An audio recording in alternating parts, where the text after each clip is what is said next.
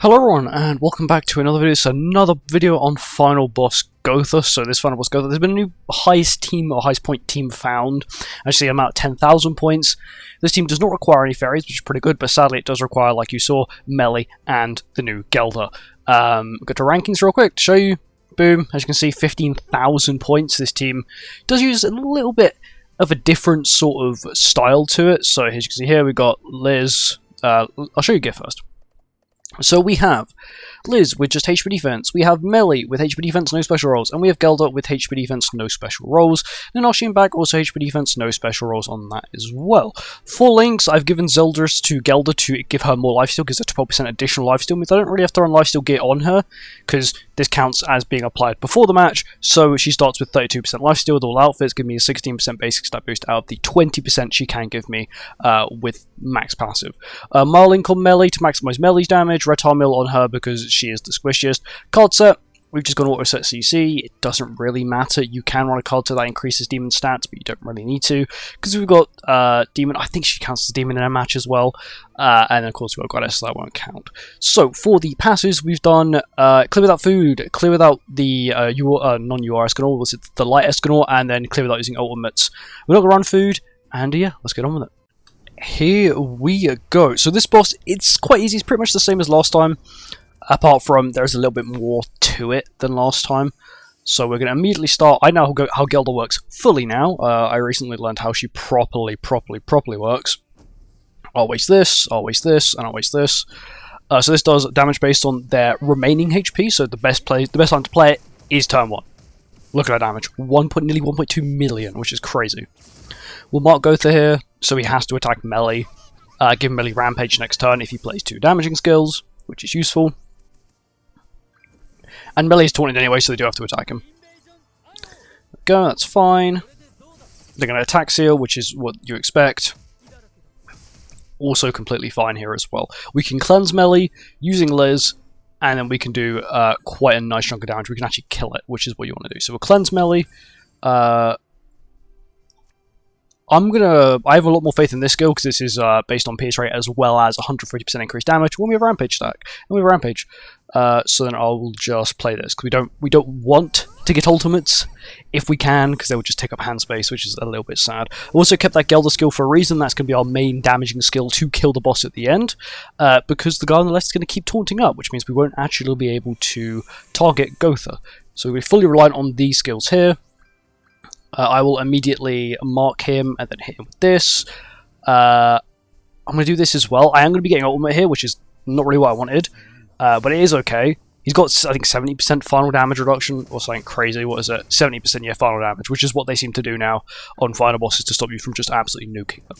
So this is where it becomes a slight stall fest. We do have to wait for GOWTHER to get his ultimate, which might take quite a while, sadly. That is just how it works.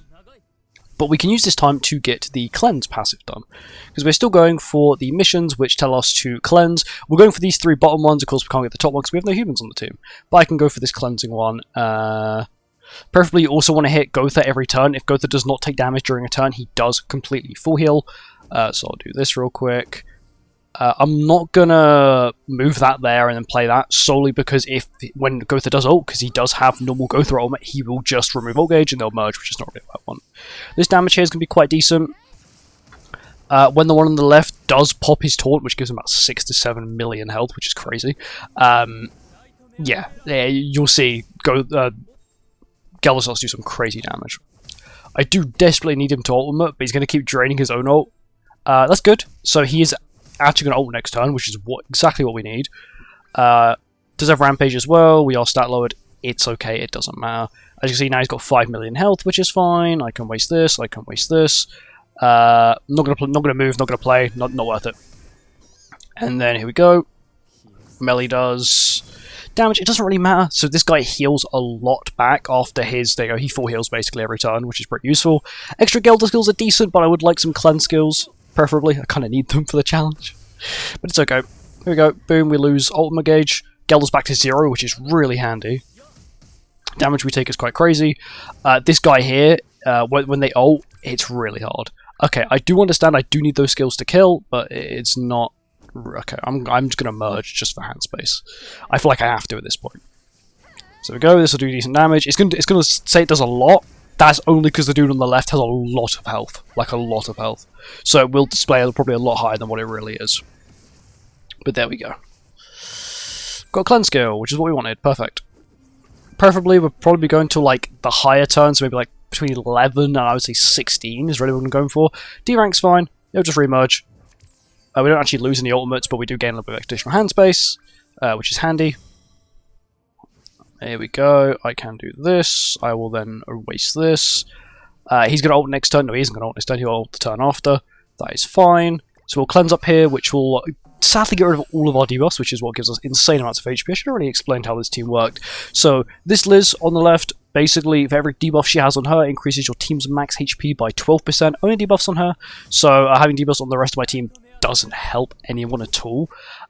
So yeah, it's a little bit sad. But we should be good. We are still going to get lowered. These two are still going to be lowered. But as long as Liz is debuffed, we're all good. These ultimates are going to absolutely melt us. So I may want to actually want Melee to take the heat here if he can. If they attack Gelder, they can do like 1.7 million damage. They can do a lot of damage here. Good damage, 3 million. Can I mark you? Okay, he is marked, so he will have to go for melee, which is good. There's the ignites. Now we've got a lot more health. Now we've got even more health. Melee just face tanks that because it's melee. Gelder does tank that as well. This is HP defense Gelder, so I was sort of expecting her to tank it. Okay, what turn are we on here? We're on turn 9. We can go for a little bit longer. I'm probably going to start chipping down the health now, though. He's going to remove ultimates, which is fine. I'm just going to keep the health at like a manageable amount. Which means I can just kill it in 2 skills. As long as I can kill it in 2 skills, I got no problem. Mark it again with melee, doesn't matter. It's not really going to attack. There we go. Let's check everyone's health. So melee has 1.3 million, Gel has 1.7, Liz has 560,000. So it proves how crazy, I guess, power creep is with these two having insane amounts of health compared to her. But this Liz is a very old character. She does have Relic, and I'm pretty sure the Relic might be upgraded, but you don't really need the Relic. The Relic is useful, but it's not, you know, the be-all or end-all. You know, if you don't have the Relic, it's not going to really cost you the match. We're going to end it here. You can go further. Once again, the further you do go, the more points you do lose. You sort of want cleanse skills, preferably level 1s as well. You see there I got a ton of points for removing debuffs. And then this other level 2 should end the job. So the reason why I didn't play this debuff is it does damage based on their current remaining HP. So if they have like 10% left, you wouldn't really be doing too much damage. You're doing about 3% of the health, which isn't too good. But there we go. Once again, this should be at least a decent chunk of points. There you go, 10.2k, and that'll push you quite easily into, you know, top 1% where I am. Once again, if you do keep going, once again, we only stopped around turn 10. You can probably get to turn 15 and it's still going. There you go. Top 1%. Super easy, super quick, not too hard to understand. As long as you understand how the characters work and you've got the characters, it's not too bad and it's quite easy. Anyway, thank you for watching. I hope you enjoyed, and I'll see you in the next one. Goodbye.